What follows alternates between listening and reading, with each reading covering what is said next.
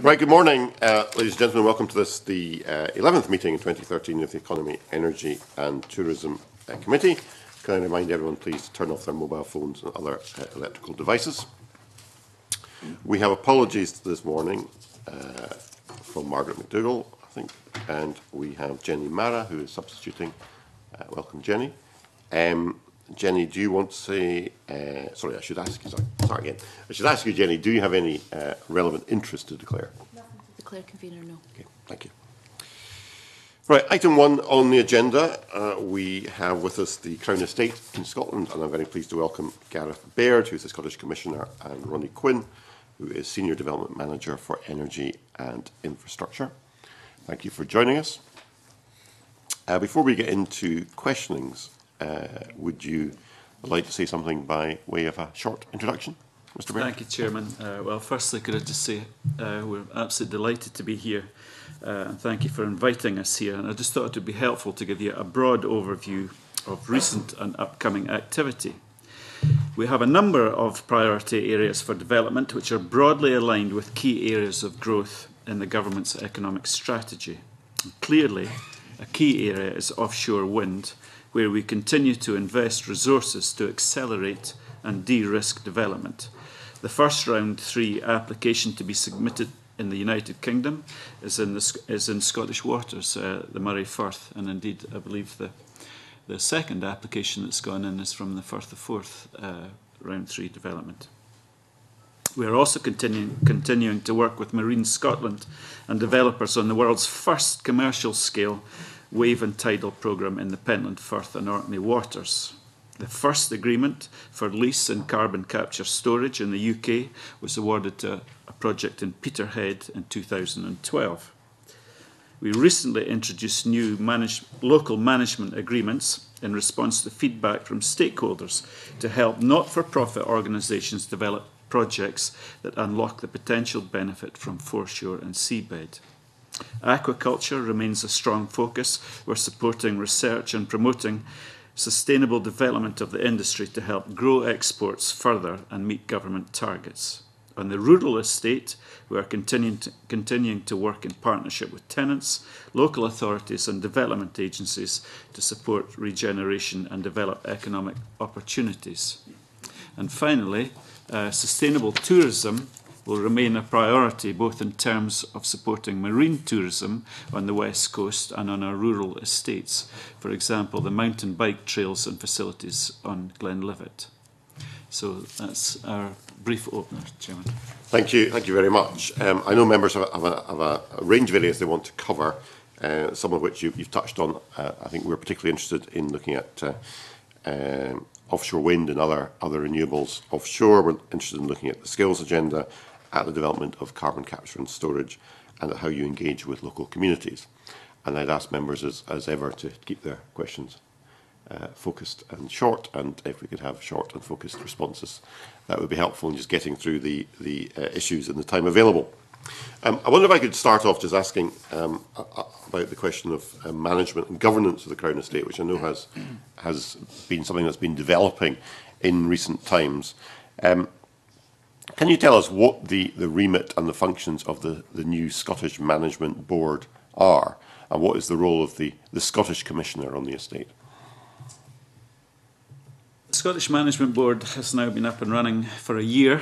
It is a development to make sure that our activity in Scotland is very focused and has a very much a Scottish slant. I should say here we are a United Kingdom business.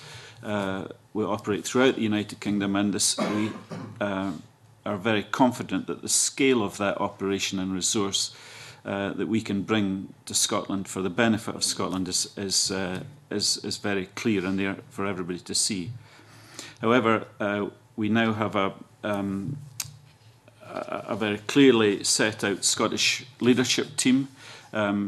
We meet on a quarterly basis with all the executive directors of the Crown Estate in consideration of what's happening in Scotland. As you said, there's an awful lot of activity clearly in Scottish waters at the moment, and aquaculture and tourism are taking up a huge amount of effort as well.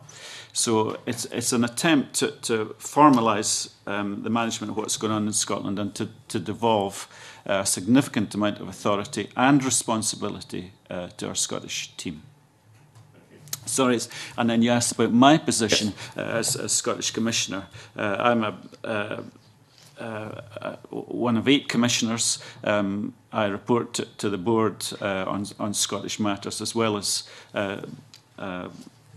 upholding general governance responsibilities for the whole organisation.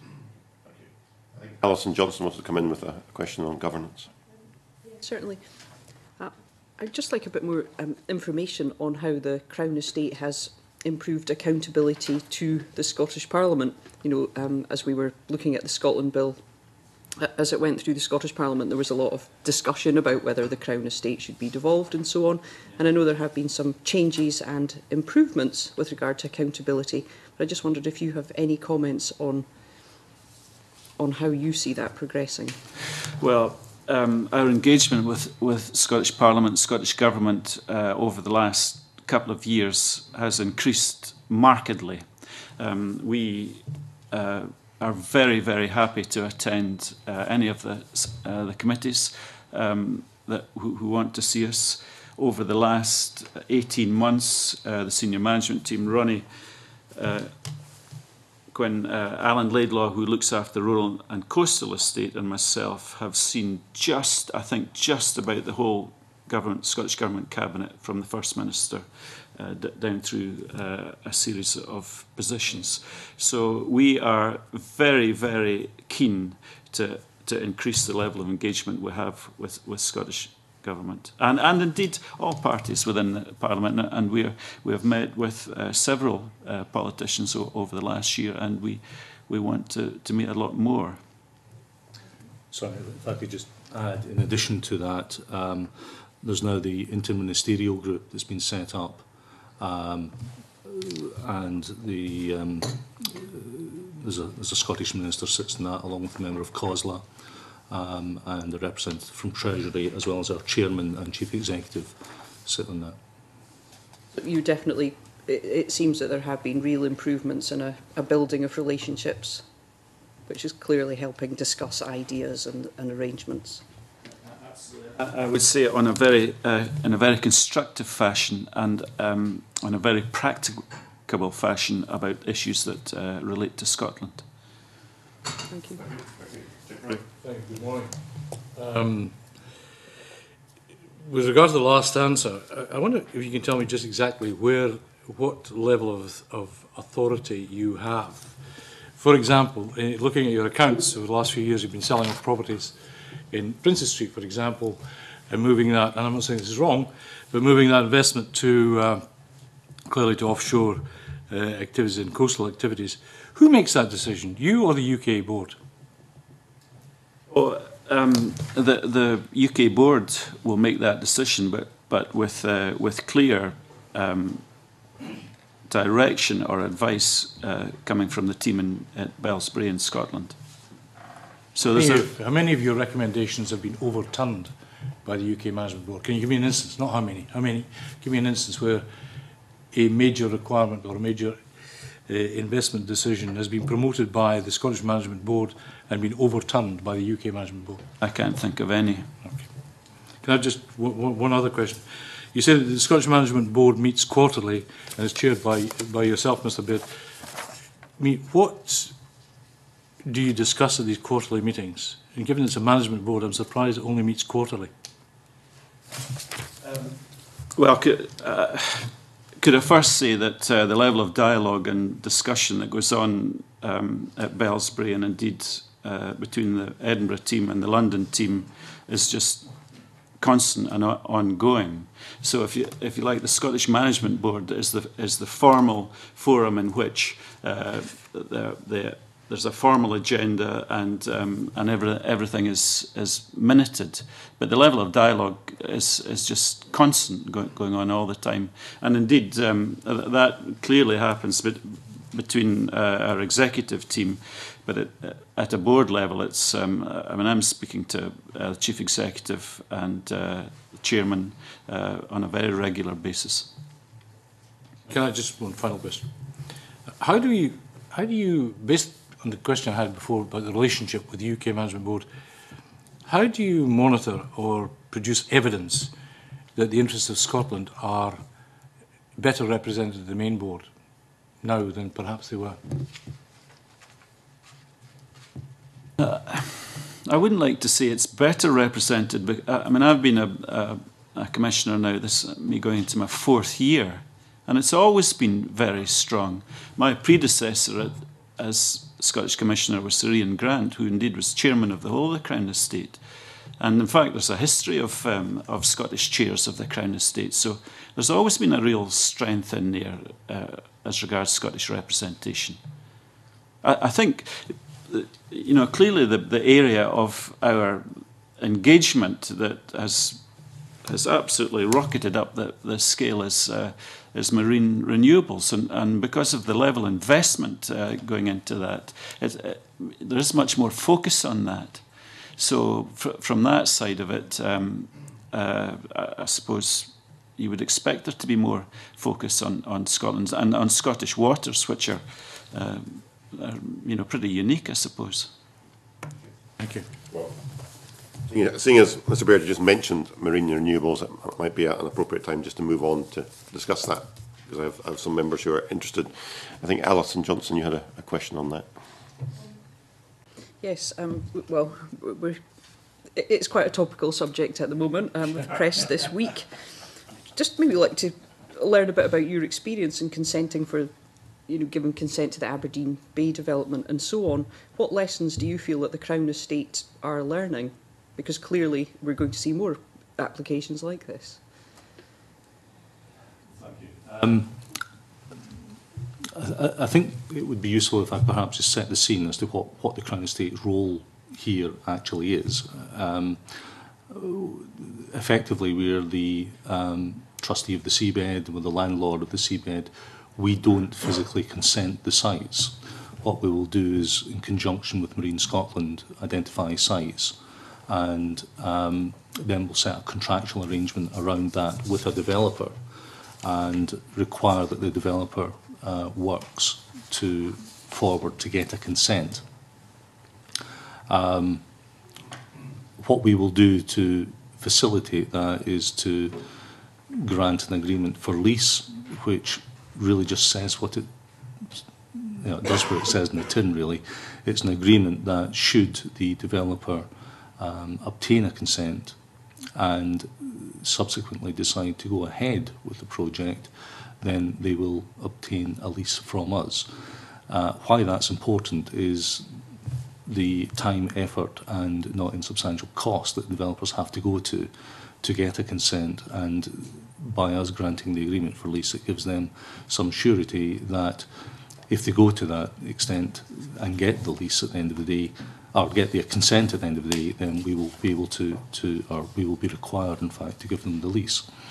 So that's our input at that stage. A lot of our effort and a lot of our enabling actions work goes into facilitating and identifying areas of concern to the statutory consultees.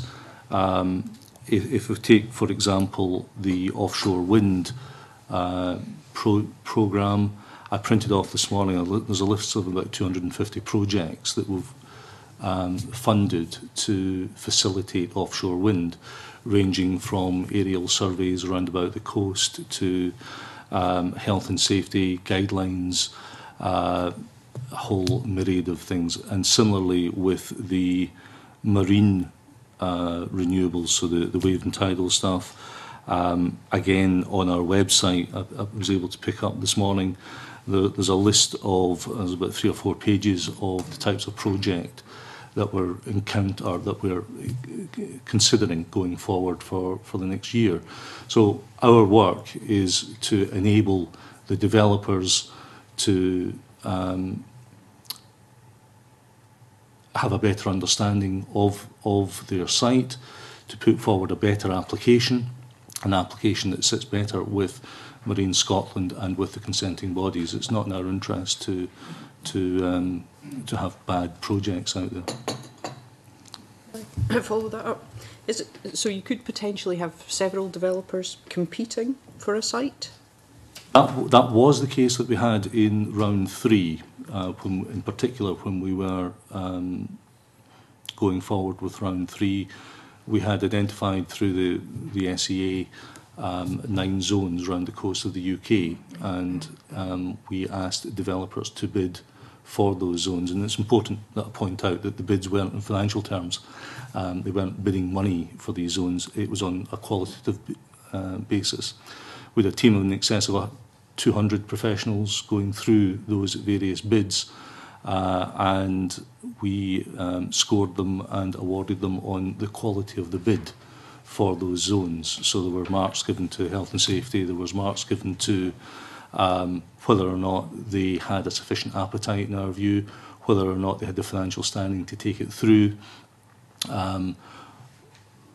what their programme was, what their budget was. All these things were taken into account in the assessment. And then, particularly in round 3, they were awarded, and our role now is in, yes, I will say, pushing the developers forward to meet those contractual terms, to get their consents in. It's stunning that over the past year we've had almost 4 gigawatts of application go into Marine Scotland of commercial wind farms around the coast of Scotland, and that's a big increase from 0 effectively a year ago. So we spend a lot of time managing those and trying to facilitate things for the developers and the consenting bodies and Marine Scotland. Recently heard from a group of Danes from the island of Samso, and just off their island they had 11 wind turbines. They were community owned, and any income that was generated was fed back into the community for lots of very sensible sounding projects. I just wondered if you've ever been approached by such a group, and is that something you have, do you have the sort of facilities and team that could support such requests?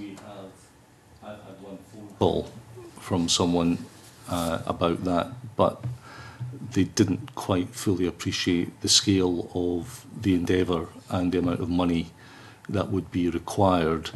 And when I mentioned that they would need to get consent, that came as news to them. It's quite an expensive process to get a consent. We were certainly open to that. It's just the scale of the investment required to do that is very, very substantial, as can be seen from even the Aberdeen Bay site, which the members won't be unfamiliar with. That is a maximum of 11 turbines, and that was a very substantial Swedish utility that was backing that, and that hasn't been plain sailing.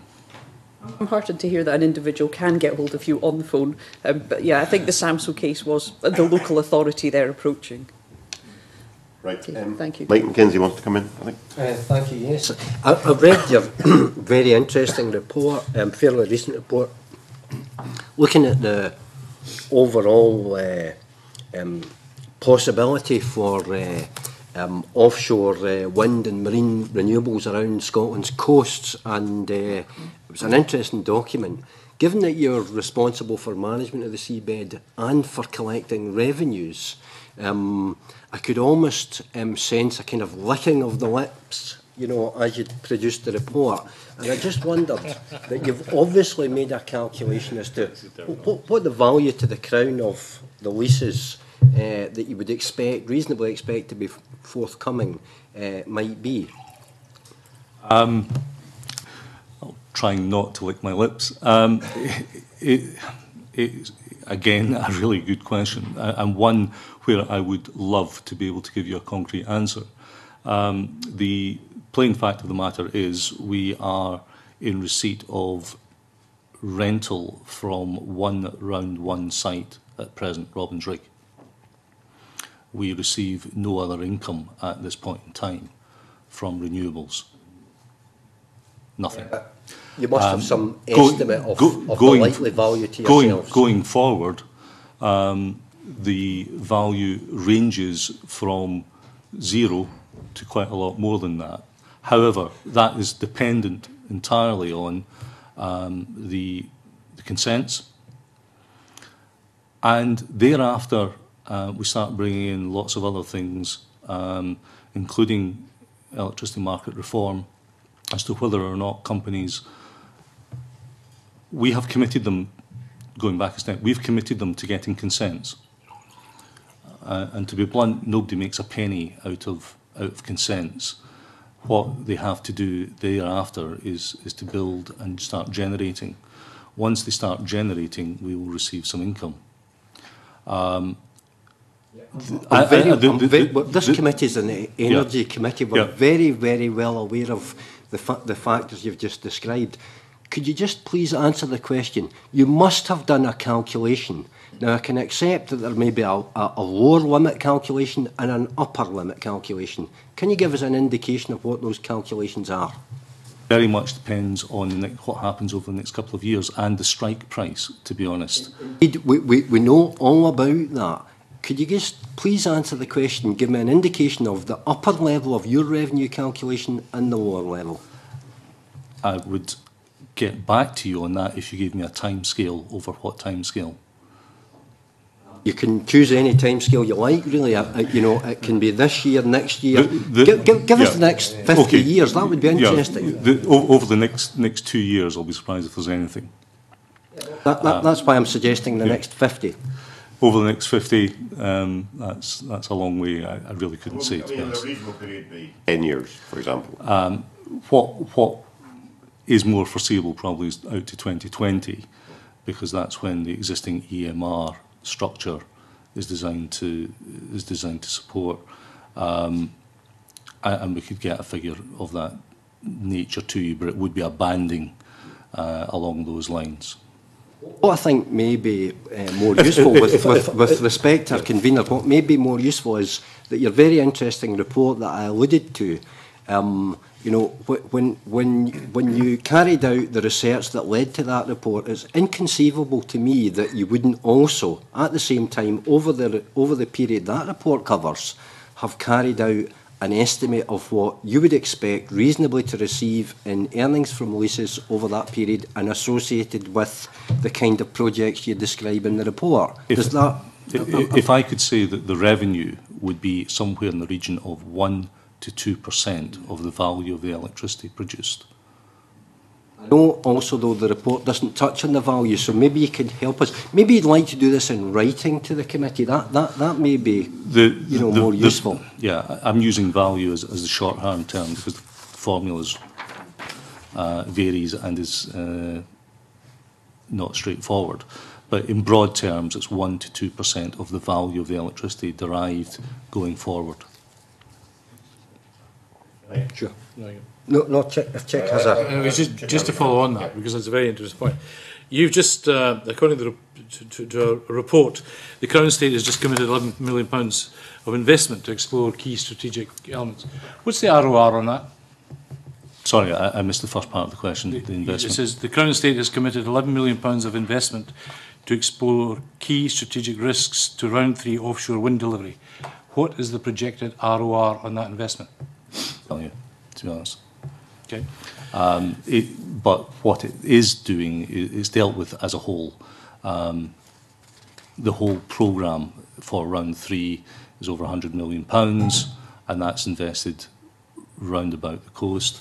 The types of programme that is funding, and I do have that list somewhere, is extensive, but there's no single rate of return on any one of those projects. I say it goes from winter aerial survey, ZAP guidance, a guide to an offshore wind farm, Met Ocean climate intelligence, health and safety, MCA caseworker funding, marine data management, supply chain, workshop, health and safety awards, training networks. Each of these projects will have a different business case behind them. Thank you. I'm known at some stage in the future we'll get to a mechanism that helps us understand that. I'm going to ask a very, what I suspect is a contentious question, but I'm going to ask it anyway. The Sovereign Grants Act, which was passed by the Westminster Parliament, guarantees that the royal family gets 15% of the profits of Crown Estates. Has that changed the financial approach to the business? No, not at all. How the Treasury deals with the surplus coming from the Crown Estate is it's entirely up to government, and we're not involved in that at all. No mechanism in terms of anticipated outcome, financial outcomes? No. I see this, and this is a real layman's view on this. I see this in answer to both of the recent questions. I just see that that the Crown Estate team makes the assets of the United Kingdom and of Scotland, however the governments, we will work with the grain of all the governments of the United Kingdom, and how the surplus is split up is entirely for governments to decide. Our job is to make these United Kingdom assets work as hard as we can for the benefit of the United Kingdom and the countries within that. And if I could just come back to, I haven't seen an ROR on the marine estate. I haven't seen those figures because there are so many imponderables out there. Indeed, Ronnie was just saying about the amount of capital that's going to have to be raised to get all this kit in the water. I've seen the cost of that, and it is phenomenal. It's quite scary, actually. And another part of the remit of the Crown Estate team is to get the developers together with financiers and try and smooth that whole process, de-risk it, take uncertainty out and all the rest of it. But the long and the short of it, on the return, about how it affects communities and things, we, the government, have set up the Coastal Communities Fund. The harder we can get the marine assets working, the bigger that fund's going to be. And one thing is worth pointing out, it's 50% of the gross revenue from the marine estate will go to the Coastal Communities Fund, not the surplus. So once all this kit's in the water, that'll be a huge amount of cash. We're going to come on to the communities in a little while. Yeah, okay. And then I'll come Just back. talking about the assets, again, another, and perhaps I should know the answer to this. Under what statute does the Crown Estate belong to the Crown, and where are the assets registered? The Crown Estate operates under the Crown Estate Act 1961. The operating mandate for beyond 12 nautical miles was given under the Energy Act 2004. The title is not necessarily registered, as a lot of land in Scotland isn't actually registered until there's a dealing in it. I don't think it should be. There's some discussions with the keeper just now over whether or not, or how to go about that, and whether or not value would be derived from doing so, given the discussions that would need to be undertaken about the registration dues. Just to pursue that line of question just for a second. I mean, you're not permitted to dispose of this property. Anything beyond, the seabed, you can't sell it, can you? You can lease it, but you can't sell it. I just wonder if we can plonk something on it without it's not registered. We have rights to administer leases beyond 12 nautical miles under the Energy Act. No one else does in respect of renewable energy. But you can't sell it. I think that would be absolutely unthinkable. I'm thinking legally. I mean, are you legally able to sell it? We would have to go back, and if you would like us to write back to you on that, convener, we can. I'm just curious. We don't title to it. Yeah. We don't title to it. Okay. Sorry, Mike McKenzie wanted to come back in. Yeah. I appreciate that, the attempting to value the potential revenue is a complex business, but you know, you'll forgive me if I suggest that so far, it seems to me a bit like asking the Met Office for a weather forecast, and they've stuck their finger up in the air to, you know, and wetted it perhaps. But maybe I can approach this from a slightly different angle. Let's say that I were to phone you perhaps this afternoon and say that I'm a developer of a 5 megawatt offshore wind farm. How much is it going to cost me to lease that site from you? Would you be able to give me an indication of what that would cost? 2% of your generation costs, or of the cost of the generation. 1 to 2% of the cost of the generation? Sorry, 1 to 2% of the value of your generation. Of the value of it? Is that the net or the gross value? I don't have the exact formula to hand, and it will be dependent on the strike price and the formula that's adopted for the entire UK going forward once we've got that strike price and we've got some certainty around EMR. At present, it would be 1 to 2% of the market price obtained under a couple of indices, market indices. Going forward, we're not sure those indices will still be operating under EMR, so we need to look at that, but it would be equivalent to that. And I mean, that's very helpful. So really going back to the report I referred to earlier, which I'm sure you're very familiar with, that indicates, you know, and gives pretty good estimates for what the Crown Estate feel is the overall potential for offshore renewables, then between those two parameters, 1 and 2%, it would be possible for you to make a pretty good estimate if this industry comes to fruition, as I think we all believe it will, what the total value of revenues that the Crown Estate would receive from that. Am I correct in saying it's a fairly simple calculation then? No, it's not, because it's dependent on your wind resource, your connection, how available you are. So it's not. We can all put projections on this, but I suppose if you're looking for a concrete figure, if you look in our last year's report, and if you look at the section on renewables, the income generated from renewables was £700,000 for Scotland. There's one operating wind farm in Scotland.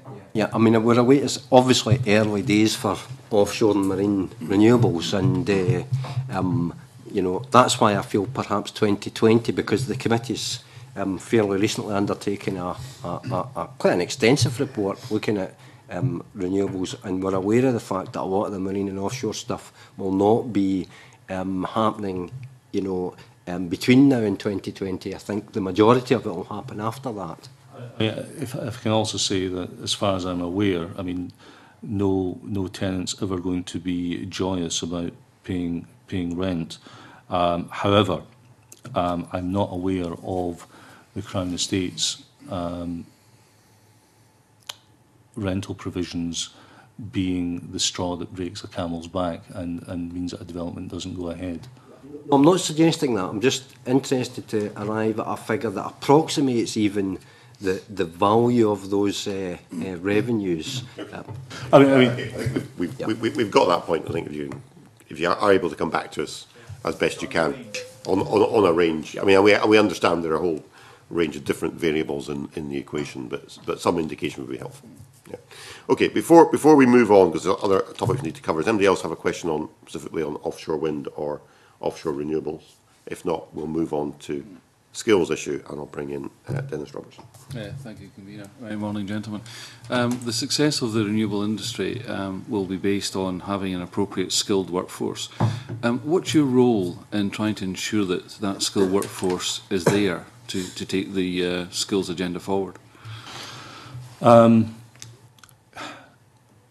What I can say is what we've been doing, and one of the important ones is running the supply chain events since 2010.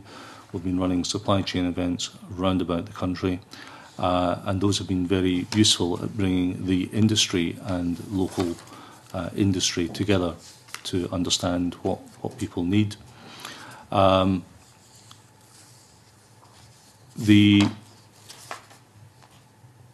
work that we've also been doing identifies where there are gaps in the supply chain. So the annual wind report normally puts forward where we see further work needs to be undertaken and where other parties may wish to invest to fill that supply chain gap. The work and the paper that we published last year on lowering the cost of offshore wind energy was a very important part of the government's drive to lower the cost of lower the levelised cost of offshore wind, and in that we identified a number of different areas and tasks to be undertaken to bring down those costs. One of those is that we're looking forward now to a test and demonstration offering, and we're working with Scottish Government officials, with Scottish Enterprise and with HAI on how best to do that going forward. At the same time, we are working to try and raise awareness at the education level, because if we're looking at likely terms of deployment, and more importantly, in my view, the ongoing operations and maintenance of these sites, then we need to be attracting young people to this industry. We are going ahead with a pilot programme that fits in with the government's Curriculum for Excellence. It's an education programme that will fit in with, I think, S3, and we're piloting that in the north of Scotland, and we're trying to get a school in the Central Belt to work with us on that as well, just to bring some awareness to young people of the opportunities out there. We're also working with some commercial bodies to provide a jobs forum or a jobs bulletin board on an online basis to see if that can be used as well. We also sit on our UK and their skills agenda, and we have some graduate bursaries that we grant to people for MSCs in renewable energy. Are you concerned that the skilled workforce isn't there at the moment? And with the information you're getting from the partners that you're working with, is there a real concern, or do you think that the workforce is there, and a lot of that skills can be transferred from maybe the oil and gas sector? I think that's correct. I think there are transferable skills out there in the oil and gas sector, but I think we have to be realistic that the oil and gas sector is carrying on. The oil and gas sector is not in any great decline that I've seen. They're in a recruitment drive. I was at a conference last week, the Scottish Renewables Conference, and was speaking about this there. The oil and gas sector, to be blunt, pay more, and they will still be requiring people. So while the skills are transferable, they are not, I think it would be wrong for us to rely wholly on the oil and gas sector producing bodies for the renewable sector. Yeah, I mean, I think the point is that the oil and gas sector themselves have identified a skill shortage. And if we're looking at trying to get people with the appropriate skills into renewables, it just seems that, and I think you've alluded to that the oil and gas and within the energy sector actually do pay more. So there could potentially be that skill shortage. With regard to the postgraduate bursaries, do you envisage that you will increase the number of bursaries? How many have you got going so far? There's about 11 of those.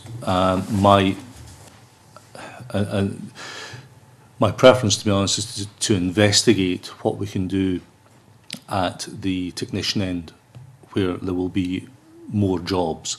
Like everything else, it's a pyramid, and there are only so many MSCs required. There are an awful lot more technicians required, and that's where I think we'll be looking at further effort.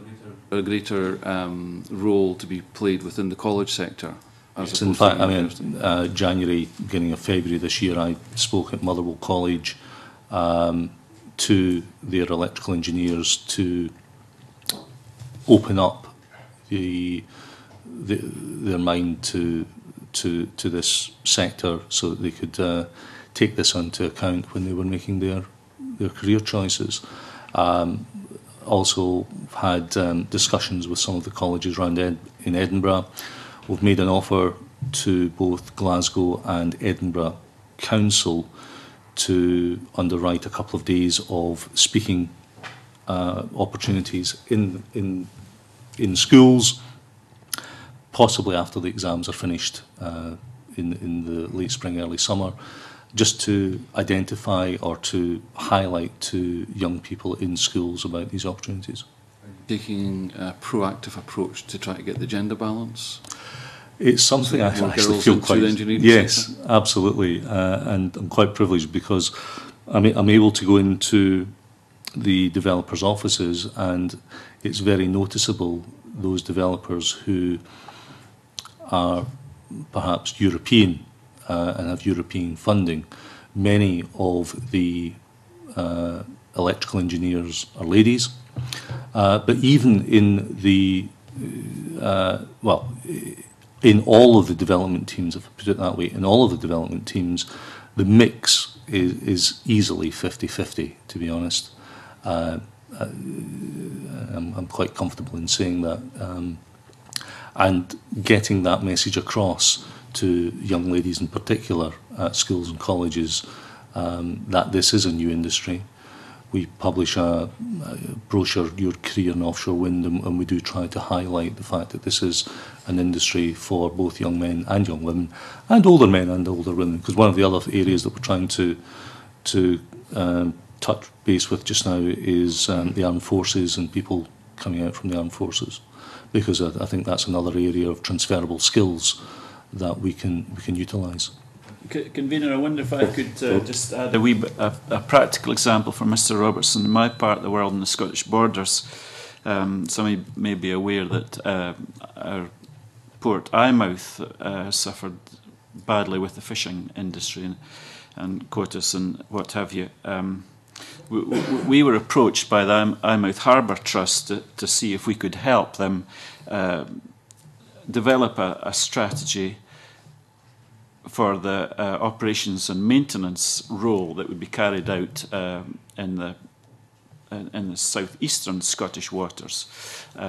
So two members of our team have been down helping the Eyemouth Harbour Trust to set their thinking properly, so how all the skills from the fishing fleet, the seamanship, and in particular the engineering skills could be transferred across to that. Now this is a fair bit down the line, and God willing something will come of it, but it was just to help that little port in the Scottish borders, which has been hit very, very hard because of the quotas and things around the fishing industry, and they're looking to swap their skills across, and we're trying to help them as much as we can in that, along with other ports, I may say, up and down the east coast. It's not we don't go in on a we just try and direct them in a general fashion, and it'll be for them to drive it forward. But that's an example of how we're trying to help in the sort of supply chain side of things.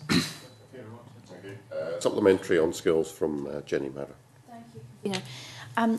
Gentlemen, listening to your answer to Dennis Robertson, I think you were reflecting something that I've knowledge of myself, in that a lot of people with engineering skills currently in our economy, are being recruited by the oil and gas industry, and I can see this in Dundee. They're often down recruiting from our current engineering firms that we have in the city.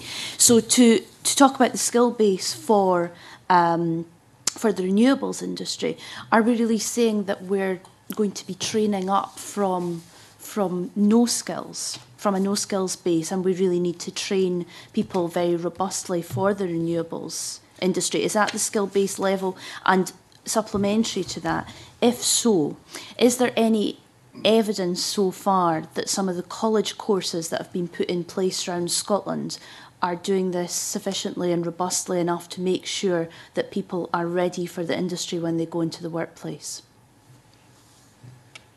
I'll be honest and say I don't think we're coming from a zero base. We have a significant number of onshore wind farms here. So the technicians that are already working on these turbines, there are obvious transferable skills there. There are some add-on skills that have to be taken into account for obvious reasons. But we're not coming at this from a zero base. Scottish Renewables this time last year published a paper saying there were 11,000 jobs already in this sector, in the renewable sector. The skills base needs to grow, and it needs to grow exponentially. It's not something we can grow organically, the benefits that we can accrue for Scotland will depend largely on how much of this we can take at an earlier point as we possibly can. The colleges and universities round about the country, I think we're very fortunate. They have woken up to this. They have identified the opportunities. I can sympathise with them, however, because it's very difficult for them to say, look, this company is recruiting now. They can't say that at this point in time, and that is a challenge. And it's something that will have to happen very, very quickly. So you're saying in terms of people deciding to do their HNC, HND, and then having a job opportunity at the end of it, that's a bit of a glut. But is there any evidence that the training courses are fulfilling the needs of industry? I'll give you an example. There are engineering firms that sometimes say to me that the technology in the colleges are perhaps not as advanced as they would be able to train them in-house themselves, from scratch. And is that an issue in the renewables industry? Or can there be more synergy between the colleges and the industry to make sure that people are work ready and are profitable for the companies when they start work? I think the last point you made there is the synergies, and this is a two-way street. The industry has to talk better with the colleges, and in some instances that's happening. I know that, for example, Strathclyde University have got a very close relationship with some of the utility companies. However, I think what the focus we're putting on just now is on transferable skills, and these are skills that will enable people to undertake careers in a number of different areas, including renewables. And I think that's a more sustainable approach at this point in time. A few years down the line, it may be different.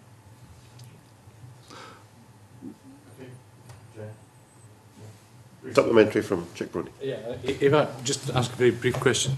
After 2 years of research, based on a story I was given, discovered that there are oil wells off the coast of Ayrshire. I represent the south of Scotland. 2 between Ailsa Craig and Sand Island at the tip of the Mill of Kintyre. These oil wells, successful, which could have helped the economic development of the south of Scotland, were capped by the then government, or we believe on the instructions of the then government, and they're not 12 miles out. What communication do you have with the Ministry of Defence, particularly in the Firth of Clyde, regarding the activities of the Ministry of Defence there? It would be on a project-by-project basis. As far as oil wells being capped, that's out with our remit. It would have to be via DEC.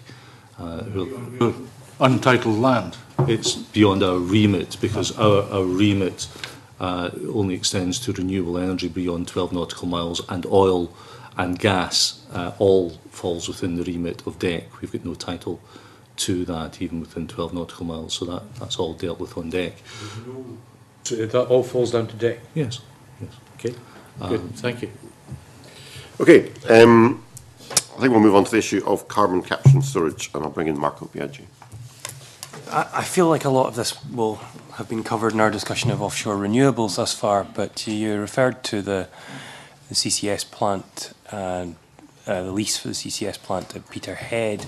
Do you foresee yourselves being landlord or partner or some other role as that develops? trying to be facilitators as that goes ahead, and we're trying to work with the developers and with the government on how best these projects will work going forward. So we've been working with all parties, really, to be honest, to make that work. It's certainly not a passive role.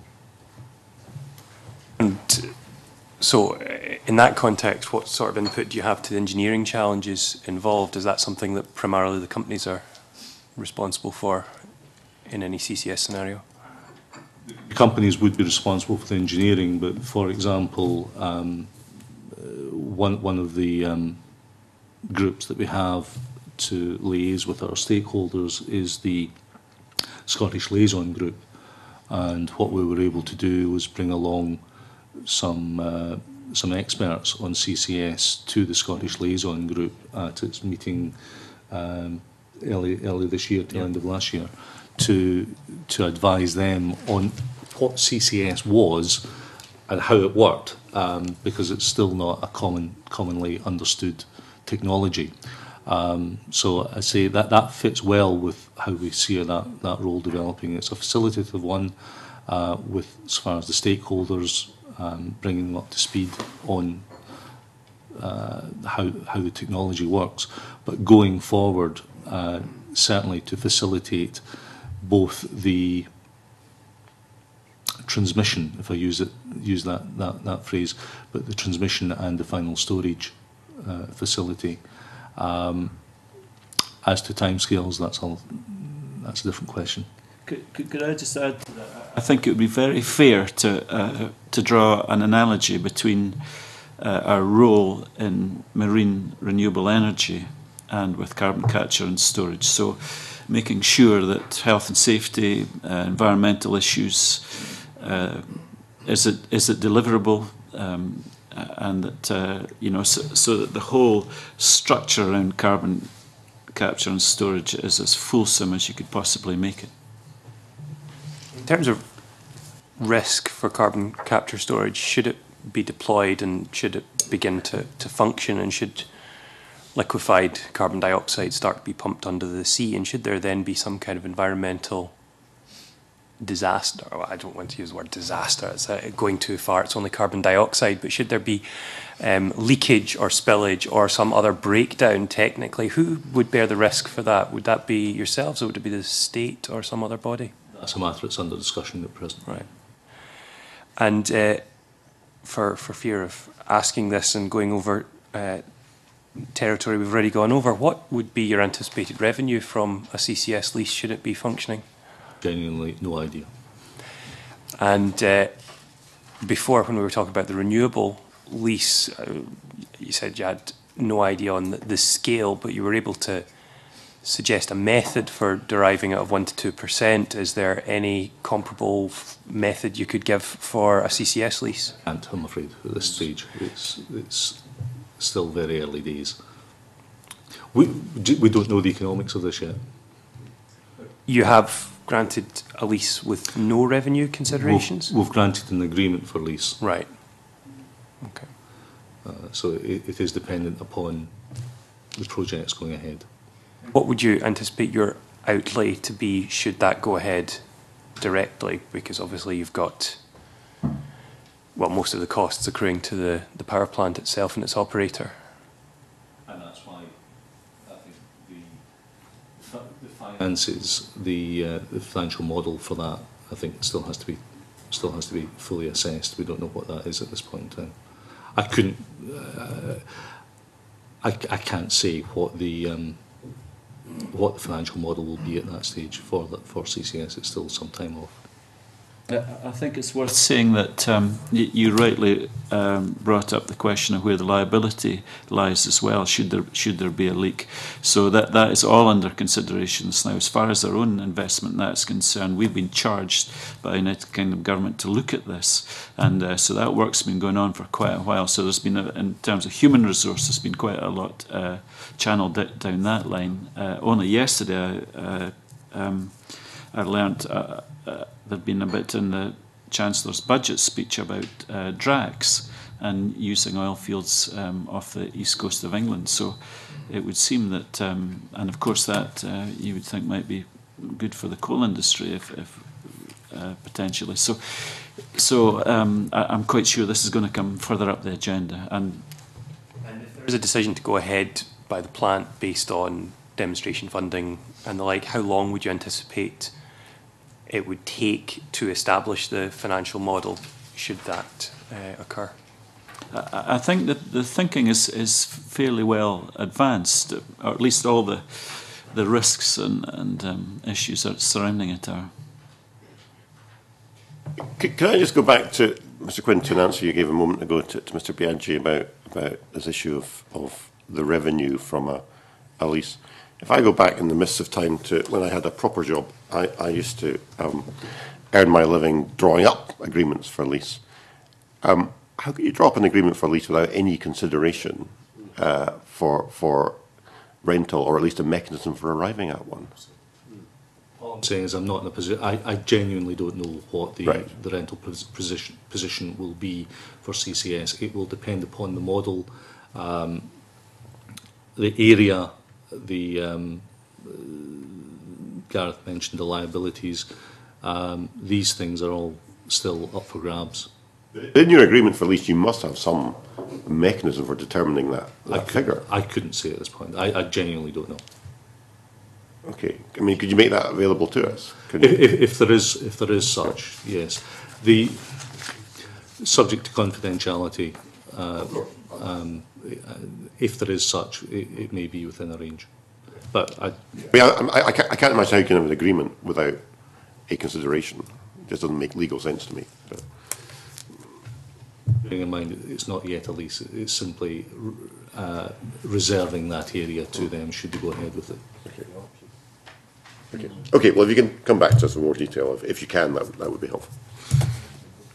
Okay. Unless anyone's got any more questions on CCS, I think we'll move on to another issue that you mentioned earlier, which is this question of engagement with communities, and I'll bring in Rhoda Grant.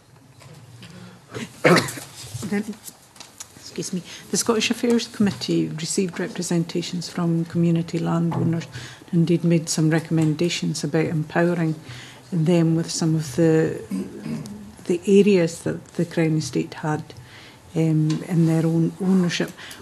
What interaction have you had with community landowners following that? Well, over the last couple of years, obviously clear signals coming out from the Scottish Affairs Select Committee about our need to increase our engagement with local communities. The initiative that we've come out with are these local management agreements. Well, firstly, I would like to say that my experience of travelling around Scotland and engaging with local stakeholders, communities, businesses, I'd like to think on the ground has been very strong. Clearly, the SAC, we're getting some different messages, and we've taken that on the chin.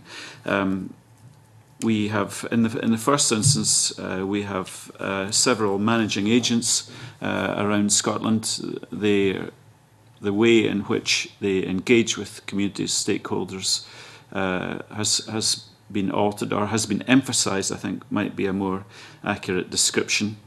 And in an effort to get communities to come to us with initiatives, we've had 2 recent pilots of what we've called local management agreements. So the 2 pilots that came out were with the Portree Moorings Association in Skye and Common Namara at Loch Maddie in North Uist. I've been to see both of these. This is an opportunity of the community to bring forward proposals which we can help to progress that have a very strong existing level of buy-in and support from all the stakeholders in the community. In general, they would be non-profit initiatives, but having said that, the two pilots that are now up and running, if they go forward, and they've both been signed now, if they deliver for those communities, will bring substantial economic boost to those communities. Community-owned estates are not non-profit making. They're there to make profit. They're there indeed to build local economies. That's one of the aims of the exercise. But what's your interaction with them? When I said non-profit, I meant from the Crown Estate perspective, so not from the community's perspective.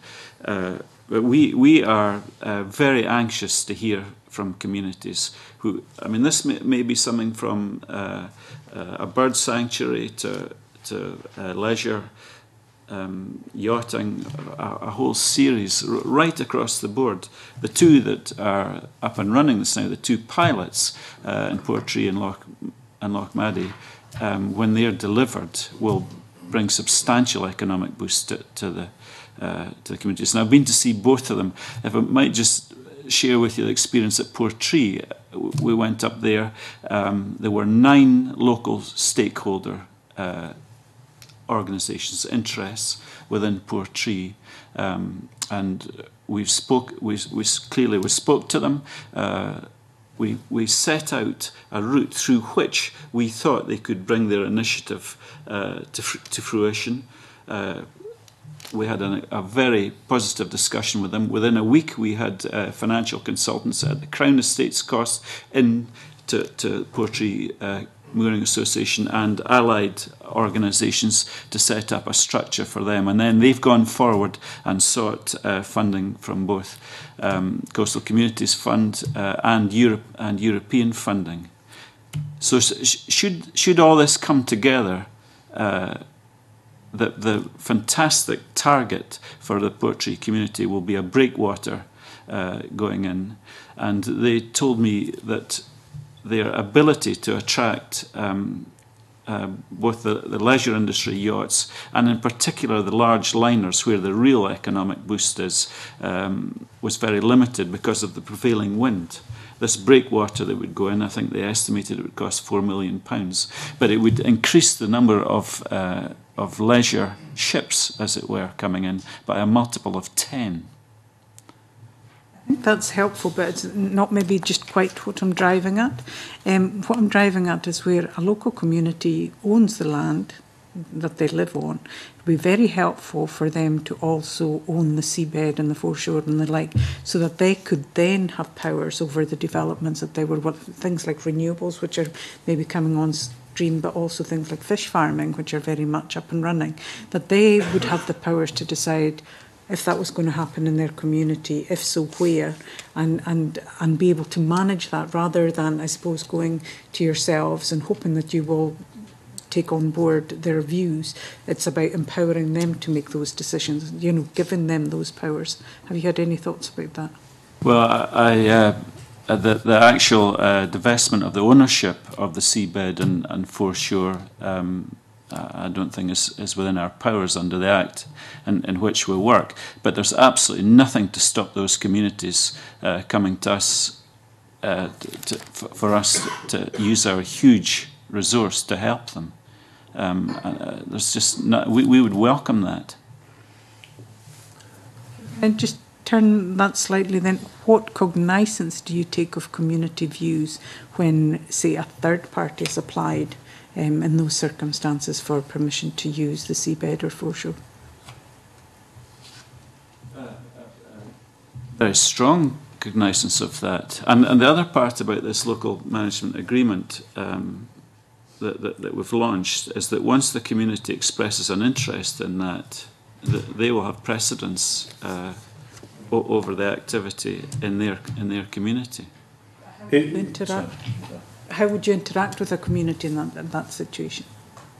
Just through our teams who will go to that community and find out what's there on the ground, what the aim of the community is. It's all about our people getting to the community. We will need help, and indeed our managing agents have been instructed to bring expressions of interest to us. As soon as we hear anything about that, we will get to the community and engage with them. Sorry, if I could just add that as far as commercial scale development is concerned, we work very closely with Marine Scotland in their marine planning side of it, to both by giving access and working with them to our MARS system and using their input in identifying areas for development. So we do work closely with Marine Scotland and with the Scottish Government in respect of that. Maybe if I give you an example, it might help. Take, for example, the island of Egg, which is community owned. A third party had applied to site a fish farm there. That didn't fall within what the view of the island by the island's owners were, where they were trying, you know, they're obviously self-sufficient in renewable electricity. They have a branding of the island that isn't consistent with having a fish farm there. They felt that they had no voice whatsoever in the decision as to whether or not a fish farm was sited in the waters of their island. I don't know about that example. Clearly there's local authority influence in that, more than the Crown Estate will have, I should add. But if we can certainly find out about what happened round Egg for you. And an example of how would you interact with a community and take on board their views in that kind of situation? I think it's important to realise the role that the Crown Estate take here. We are not the planning authority. We are not the regulator for any of these industries. The regulator in certain instances in aquaculture would be SEPA. The planning authority would be the local authority. So we're providing the facility in the same way that a farmer would provide a field for an activity, but the planning process would go through the normal planning process. What I'm driving at is how your role can be in some way devolved to empower communities. If you say, well, that's nothing to do with me, I only lease the seabed and that's an issue for the planning authorities, that is making no move towards empowering communities with regard to your own role. But, you know, as far as the regulation of that is concerned, that is the local authority's role. It's not ours. So if you don't take cognizance of local opinion when granting the lease. But if the community or any third party or whoever didn't get planning authority for that site, it wouldn't happen in any case. Indeed, but the local community are not the planning authority. And if I just take you back to a community-owned estate, take Egg for example, the local planning authority may not be listening to what the community-owned landowners had to say. If the community landowner also had ownership of the seabed and foreshore, they would have the final say on whether that would go ahead or not. You hold those powers. Have you thought of giving those powers, or at least leasing them on a long-term lease, to local community landowners so that they have in their hands all the economic drivers?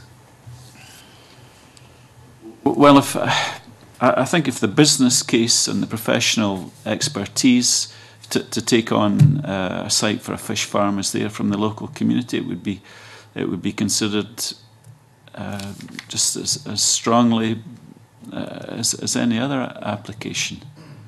But I come back to the point where we don't have the authority to consent planning permission for these sites. I know it's a bone of contention up the west coast of Scotland, but it's that authority was removed from us some considerable time ago. But I understand your question, but we don't have the final say. Now, are we sympathetic to community involvement? We most certainly are. If the local, one more try at this. If the local community-owned estate owned the foreshore, owned the seabed that you currently own, so if they had ownership of that, they would have the final say in anything that was developed there. At the moment, you have the final say because it is for you to deliver the lease. Nobody can apply for planning permission unless they have the lease. So how do you, given that the Scottish Affairs Committee were very strong on empowering local community landowners, what steps are you taking to take maybe some cognizance of the views expressed in that report? It seems to me none at the moment. Well, what we have done is the local management agreements, and we've, Mr Baird's given a couple of examples, but we've left it open to, we haven't been prescriptive in what local management agreements we're talking about. We've given examples in this, and we're making this available to local communities to come forward to us with proposals. So we're not being prescriptive, we're being open about it, and we're making this available to local communities to come and speak to us about it. Okay, we'll bring in Mike McKenzie. Thank you, Convener. I mean, we've heard about, you know, what you're now, you know, investing money, helping communities, working with them. That's all great. It's terrific. I wondered that, you know, but for how long a period you've been doing that? I mean, as far as I'm aware, you've been collecting revenues from the seabed since the time of King Canute, or maybe not as long as that, maybe from Nelson's time. When did you start to invest money in local communities and coastal areas? Well, if I can take you back, where my experience is, over the last 5 years, we've put £1 million into aquaculture research.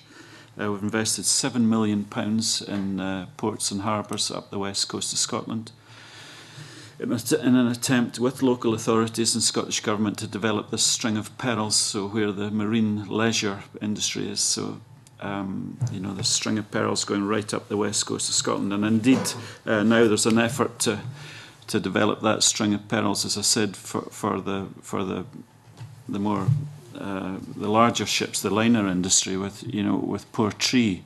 So I can only go back in recent, you know, my 3 and a bit years and before that. But that's been the scale of investment over the last 5 years. So about, you know, since about the election of 2007 or thereabouts, you've suddenly then started to invest money? No, I didn't say that. I would have to find out what had happened before that for you, and I'm very happy to do so. That would be very interesting. I'd be very grateful for that, maybe if you could write to the committee. Another thing in terms of the Coastal Community Fund, which, by the way, I mean, I have to congratulate you know, and I think it's a terrific scheme. But you suggested that and correct me if I'm wrong here, if I've misunderstood, but that's a reinvestment of 50% of your gross revenues. And can I ask you then why you chose the figure of 50%, you know, as opposed to 45 or 55? Yeah, just from a constitutional viewpoint, before Ronnie comes in on the detail, to say this is not our scheme, this is United Kingdom Government. We have no influence in setting it up, or indeed dispensing a surplus, or not the surplus, 50% of the gross yield from Scottish waters, or from UK waters. So on the technical bit, I'll pass over to Ronnie. Sorry, I was just going to reiterate that the number was chosen by Treasury. All of our annual surplus goes to Treasury. Treasury then split that up, and 50% of it will go into the big lottery fund for the Coastal Communities Fund. Right, so if the committee wished to find to get a greater understanding of why 50% was chosen, we'd need to write to Mr Osborne, the Chancellor, I presume, or perhaps Mr Alexander. Thank you, that's very helpful. Now, just my final question on this, that you know, it's the criteria in terms of which criteria you apply when you're choosing which communities to assist and which perhaps not to assist. Could you give a bit of shed a bit of light on what kind of criteria you look at? That's all down to Big Lottery. We have no influence in that whatsoever.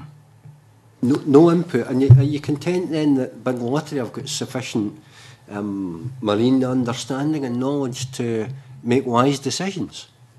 Or do you assist them in any way? Well, I think where our assistance would come with our people resource is helping communities perhaps to put a bid together so we can take all the commercial expertise and indeed environmental expertise that lies within the Crown Estate team and help them to make a bid. So, but you've no formal input to the big lottery decision-making process? No.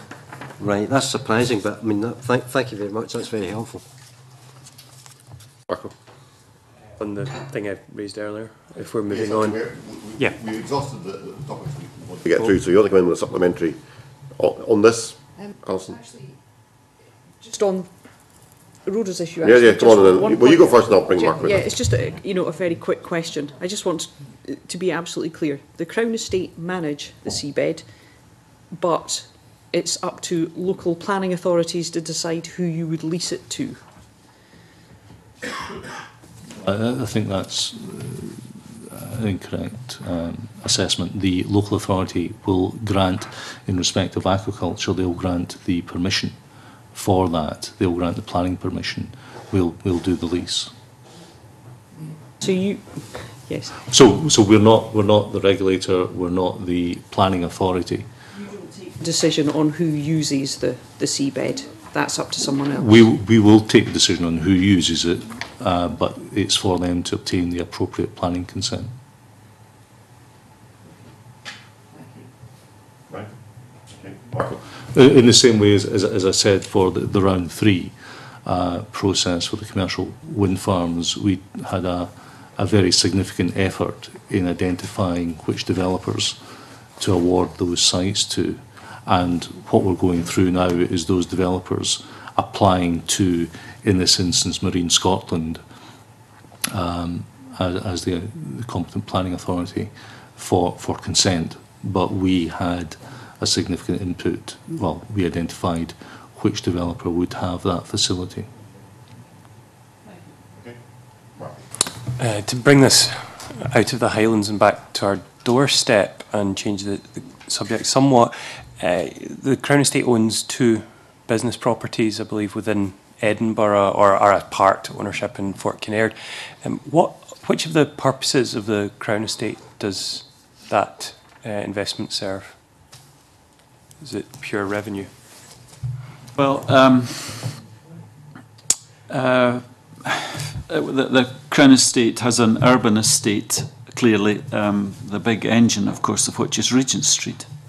And the Crown Estate, as I'm sure you will have read in consideration of today and other committee events, is a very unusual financial beast in as much as it can't borrow any money.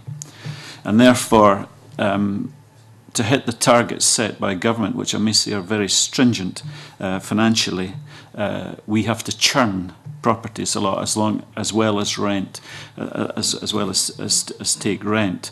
So it's an ongoing, very complicated and difficult business, particularly in these times, whereas the property side of things are very difficult. So we have some very established properties into which we are investing a colossal amount of money this now, and Fort Kinnaird and the 2 properties on George Street just form part of that portfolio.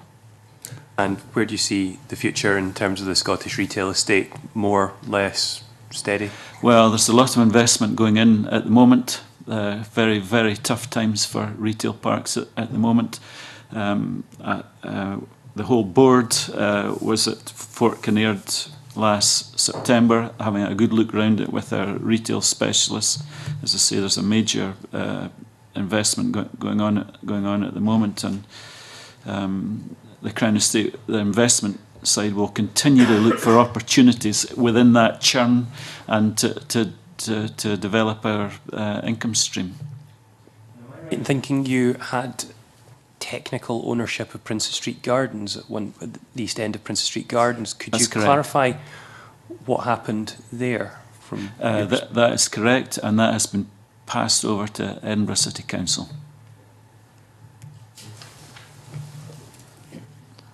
Briefly, yeah. Following on assets. We're now talking about on land-based holdings, and you mentioned Glenlivet, and of course you have Kings Park in Stirling. How are you promoting these in terms of tourism opportunities? Well, if I can take Glenlivet, there is a scheme which is well underway in Glenlivet to produce a mountain biking trail through the Glenlivet woodland. That's a £500,000 scheme, of which the Crown Estate is investing £250,000, along with Murray Council, the Cairngorm National Park Authority, and I believe there's been some European money in it. But we've been leading that. I gather from Andy Wells, our specialist who's been overseeing that it's a 38-mile or kilometre trail, and it's been rated very, very highly. And if I could just add to that, the town of Tomintoul has had a really tough time economically. Both the hotels have closed, and along with Murray Council and Cairngorm National Park Authority, we are very, very involved in the regeneration of Tomintoul, and this bike trail will help. This is going to be a very high class trail. Yep. Yeah, very briefly.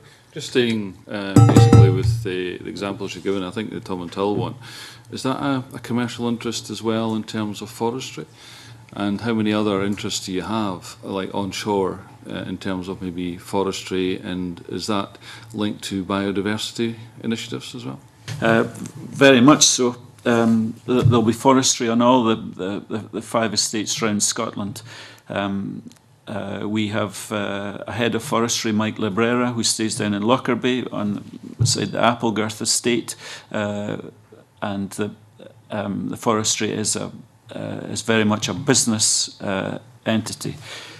Having said that, in terms of biodiversity and environment, that is taken extremely seriously, and there's a lot of investment into that.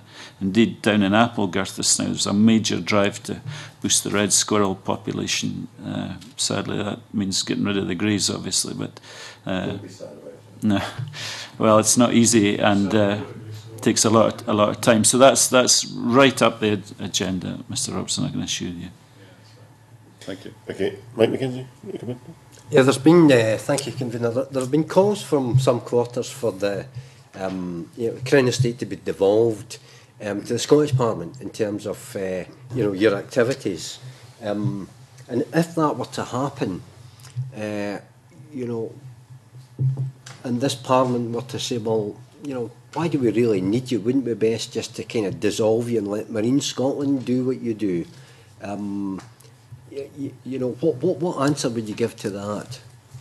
Well, the answer I would give to that, and I can say this because I'm not part of the team, is in that Bells Bray office in Edinburgh, Scotland has a fabulous resource of commercial industry-led expertise and people with real experience on the ground.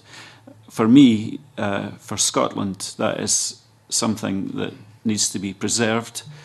The weight of finance and resource that can be brought from the Crown Estate as a United Kingdom organisation on behalf of Scotland is considerable.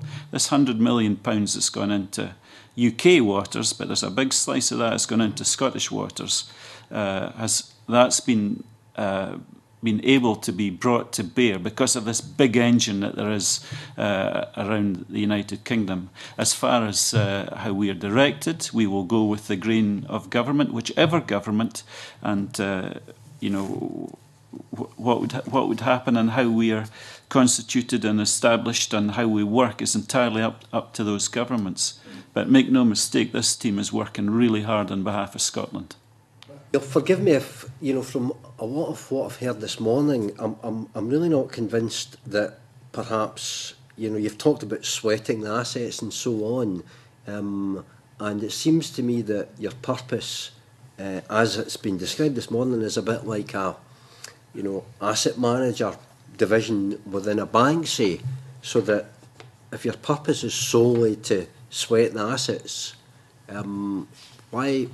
that just doesn't seem to be, to my mind, a strong enough reason to keep the organisation in place in its current form. Well, if I may say, it's I wouldn't like to use the term sweat. Part of our straplines, if you are integrity in the way that we work, commercialism, because we have to make a return on the assets that we invest in. It's the only way, as I tried to explain before, that the Crown Estate can operate, because we can't take on any gearing at all.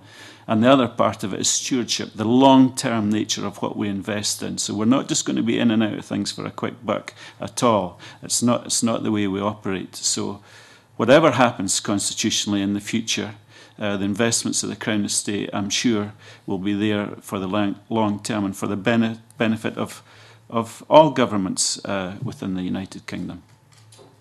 I mean, I'm glad you mentioned stewardship. So do you feel that you have a unique? I mean, we've talked about, or I mentioned that you've managed the seabed for a very long time. I would like to think that stewardship goes along with many years of experience of management of the seabed. Would I be correct in saying that?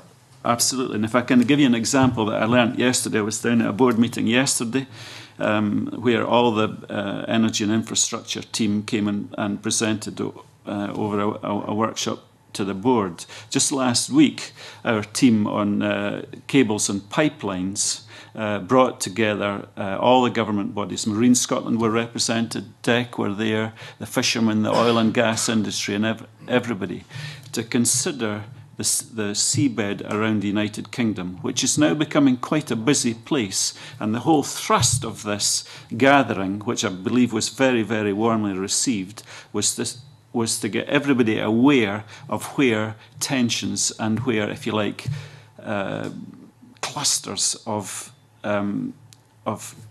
seabed transmission of whatever commodity could happen. Now, this was very warmly received, and indeed they're meeting again, I think, later, just to take on the results of that discussion. Thank you very much. I'm very grateful. That's very reassuring. Right, I think that was even an appropriate point to close the session. So can I thank both Mr. Baird and Mr. Quinn for coming along and for helping us with our questions. There are a few issues we've raised where I think you've undertaken to come back to us. So if you could do that in writing, that would be very helpful. And we'll have a short suspension just to allow a changeover. Thank you.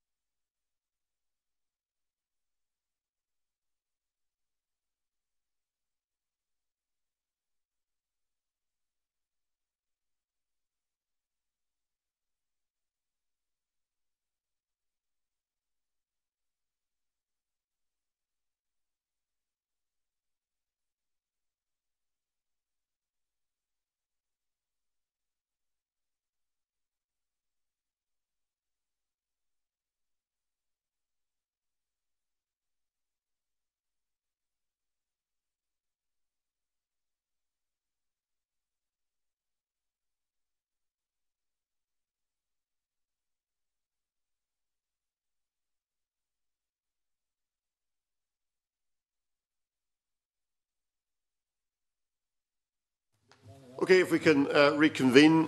Item 2 on the agenda, we have a SSI to consider. This is the Late Payment of Commercial Debt Scotland Regulations 2013, which is a negative instrument. There's been no motion for annulment lodged. This is an instrument where the Subordinate Legislation Committee have drawn the attention of Parliament to points, neither of which would appear to be particularly drastic. Does anyone have any comments they wish to make on this, or are we happy just to agree to make no recommendation on the instrument? Happy to agree, no recommendation. Okay, that is agreed. And at that point, we move into private session. Thank you.